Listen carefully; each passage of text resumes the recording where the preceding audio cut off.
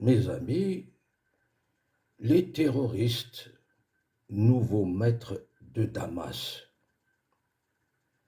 Le Premier ministre est clairement un terroriste. Il s'appelle Mohamed el-Bashir et il était le Premier ministre d'un gouvernement de salut à Idlib, la province où étaient regroupés les terroristes.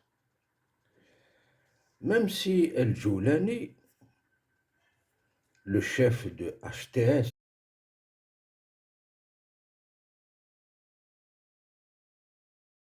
a tenu des propos soi-disant modérés pour rassurer les Syriens,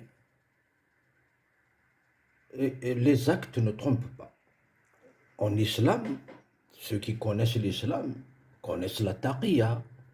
Et puis l'islam recommande de ne pas montrer ses points faibles ou même ses tactiques.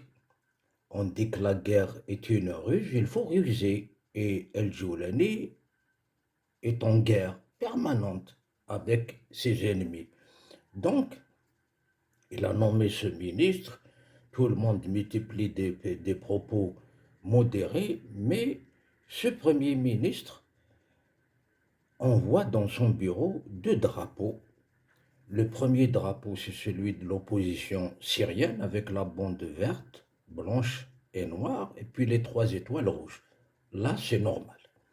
Puis, un deuxième drapeau, celui-là, il est blanc, et il est écrit dessus en arabe « La ilaha illallah Muhammad Rasulullah ».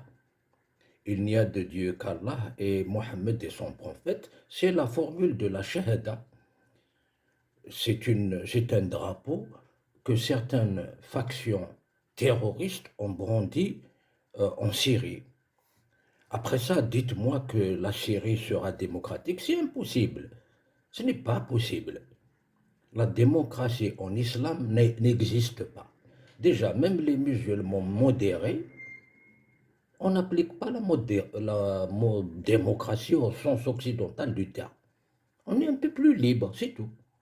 Alors, de toute façon, même moi, je ne veux pas de la démocratie. Démocratie à la française, on n'en veut pas.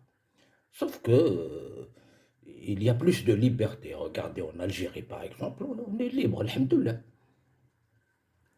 Bien que l'islam, c'est la religion de l'État, c'est dans l'article 2 de la Constitution. Mais en Syrie, ça présage d'un avenir sombre.